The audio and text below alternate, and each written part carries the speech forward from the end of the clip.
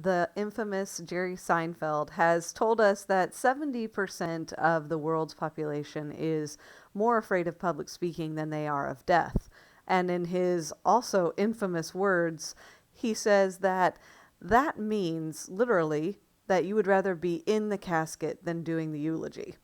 While this is a humorous example, it does kind of highlight the intensity of the fear that a lot of people experience when going through a speech. So, are you afraid of public speaking? And if so, to what degree and why, and all of that? Indeed, surveys do regularly say, that about 70% of people name public speaking as their greatest fear. And the question really is, why would you be afraid of public speaking? What is the main reason? And what is it that you do when you are afraid? How do you react to it? Most people tend to focus on that reaction. They say things like, I don't want to mess up, I don't want to stumble, I don't want to sweat or shake, I'm afraid of everybody looking at me, all of those things. And those are things that you fear when you are experiencing public speaking. Not necessarily is that the root of that fear, it is basically just some of the reactions and your fear of having to deal with them. Now, if you've ever had a chance to take the personal report of public speaking anxiety, you got some good information. And many people take this at some point in their experiences. This scale was established in 1970 by McCroskey and has been used in research for decades. It gives you 34 questions that highlight some of the most common things people think and feel as they are giving a speech.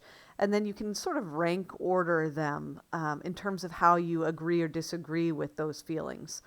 And then once you have that information, you can do a little math.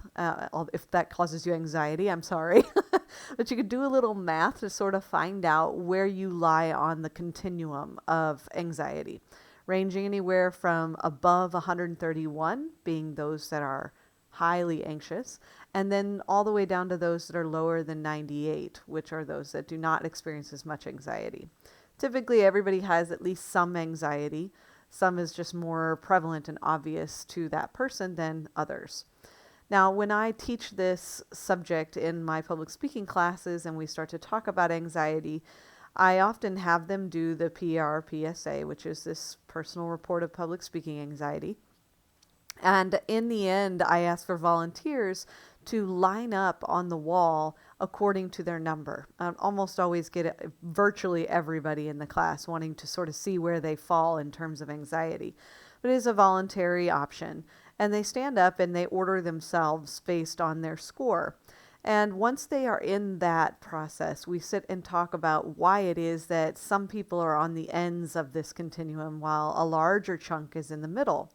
And very regularly do I see there's a handful on each end, anywhere from 3 to 5, sometimes even less, depends, on the low side and those on the high side, and a huge chunk of people that are in the moderate levels. So we talk about what the reasonings are. I see regularly that people will say on the low end that they're there because they've done this before and found it not to be so bad, whereas those on the high end will say, I've never done this before, or I have done it before and I've messed up and I'm afraid of people staring at me or messing up my speech when I am up there. So it is a very common universal feeling that a lot of people feel. And if you ever ask around what people's level of anxiety is on a scale of 0 to 100, you'll probably notice that it is in that upper middle range for a good number of people. Now, when you are trying to determine, especially after you've come up with that number, when you're trying to determine how to manage that anxiety, you have to first identify what it is that makes you anxious. It's getting to the root of the problem.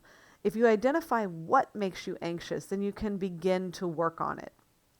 Have you had negative experiences before, or just a lack of positive experiences? So you've either never given speeches before, or very rarely, or when you have, it's been kind of and not really anything negative, but not anything positive either. So that could be a reason why you tend to have some anxiety. Do you disapprove of having to feel different or the center of attention when you are giving a speech? And why is that? especially those of you that are in your minds considered extroverts. Where's your anxiety level here? What's the reason why you may feel anxious during a speech, even though in a social situation you may not be unhappy with the center of attention feeling at all? So in that center of attention, is that something that is a common fear of yours? Or is it more just, I really don't know what to expect with this particular audience or this particular experience?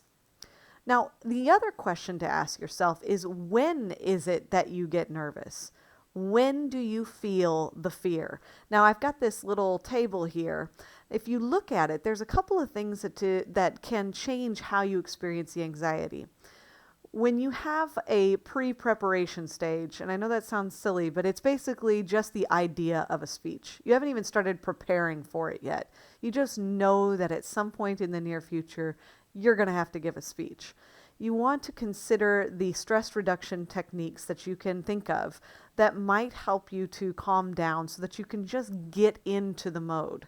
Now, I hear this happen a lot with people that will go into college and they will refuse to take a public speaking class until the very last second because that pre-preparation, that fear of even having to do a speech, that's what gets to them. And typically that tends to be somebody who has higher levels of anxiety. Now, the other form here is preparation. And the preparation stage is when you're sort of getting ready for the speech and you're planning out everything, you're researching and all of that.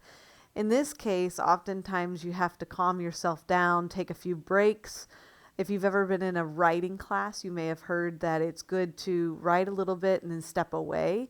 Or once you're finished, step away from your end product and then come back later and reread. Well, the same process works for when you're preparing for a speech. Do a little bit here and there if that works for you, and step away so you can gain some perspective and so you can come back and sort of look at it all later. And just try to relax yourself as you're going through using some of the techniques we'll talk about. Pre-performance is basically when you're sitting in your chair getting ready to give the speech. You haven't quite gotten there yet, but you're ready to go and you're on that day and you're sitting in the chair about ready to walk up on the stage or walk up in front of the class or whatever it might be. Experience will reduce that anxiety. It will allow it to be less intense. That being said, it's not just the experience that can allow you to reduce the anxiety. If you keep in mind a couple of tactics that you should do when you are thinking of that type of anxiety at that point in time, drink water. It allows your blood vessels to expand and it cools you down so you're not shaking and sweating as much. You can also do something that relaxes you prior to giving the speech. Play a video game, read a book, listen to music, close your eyes and meditate if that's something you're able to do. So anything that typically would relax you, do that prior to giving the speech. And then finally, performance. And performance is the actual speech itself. Do you feel pretty good until you get up there and start giving the speech? And that's when things tend to get unnerving for you. In that case, you want to consider managing that anxiety, especially in the introduction, so that the rest of the speech goes smoothly. That could be by breathing slowly and speaking slowly so that you are not rushing through the speech and stumbling over your words. That can be bringing up a bottle of water with you and taking a few sips. Whatever it takes to calm yourself down. You could use a visual aid in order to display a little bit of the attention off of you right at the beginning so that you can kind of come back and feel the confidence growing. So it does depend on when you get nervous and what specifically makes you nervous. So what can you do to boost your confidence? Obviously, prepare and practice. If you would practice regularly, and I can show you a couple of different ways to do this. One is your traditional practicing. Find a mirror or find a group of people and practice in front of them. I honestly never do this. As a public speaking teacher, I never do that form of practicing. What I do is I will walk around my room or I will drive in my car and I will try to remember what the speech was about and I will speak it out loud. I have to hear my voice.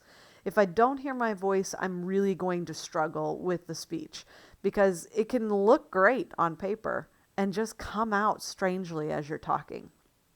So I do that, but I also, and this might work for a lot of people, I also tend to occasionally, if the speech is really rigid in what it needs to be, how it needs to be delivered, maybe a very formal speech to employers, then I will write it all out word for word, and I will use a phone or some other tool to record myself giving the speech. And then I will listen to that recording over and over and over again. Like listening to a song and being able to remember every single lyric. If you do that with your speech, slow and steady and very distinct, you will have a greater chance of remembering what each section is about and what comes next. It may not be perfectly word for word, but that's okay because you don't want it to be. You want it to be more conversational and relaxed, but you don't want to forget where you're going next. So that might be an option. Also, modify your thoughts and your attitudes. Remember that everybody else is in the same boat you are. There are very few people that are on that 98 and below area. They are not going to be as confident as you think they are. Most everybody has a good percentage of fear when it comes to public speaking.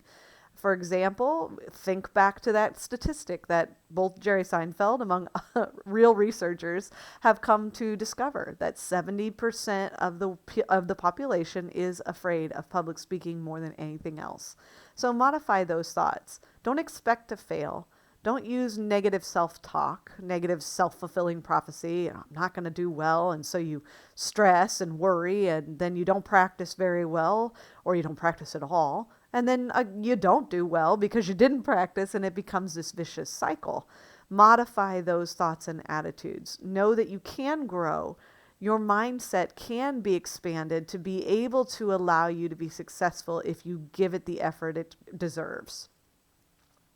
Also, use some stress control breathing and other tools. One of the things is to inhale through your abdomen when you are breathing. What that does is allow you to expand the amount of air that gets into your system and not only cool you down, but relax you as well.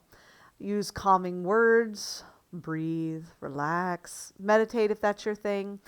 You can also use other tools, like I mentioned earlier. You can drink slow sips of cool water because it does expand your blood vessels and allows you to calm down and cool down. You can also avoid caffeine because caffeine tightens those blood vessels and creates a pressure in your system, which allows you to slightly overheat. It makes you a little jittery, so it is something you want to be careful of, is trying to avoid that caffeine. And there are a number of other things that I've mentioned previously, as well as other tips and techniques. To take your glasses off if you wear glasses, or put some on if you don't wear them regularly, so that the audience isn't completely in focus, so you don't feel their eyes staring at you the entire time. That's a rare thing to try. You need to be able to see your notes, so be careful with that. But it is something that a lot of people have found success with. So breathing, relaxing, using some of those techniques we mentioned before.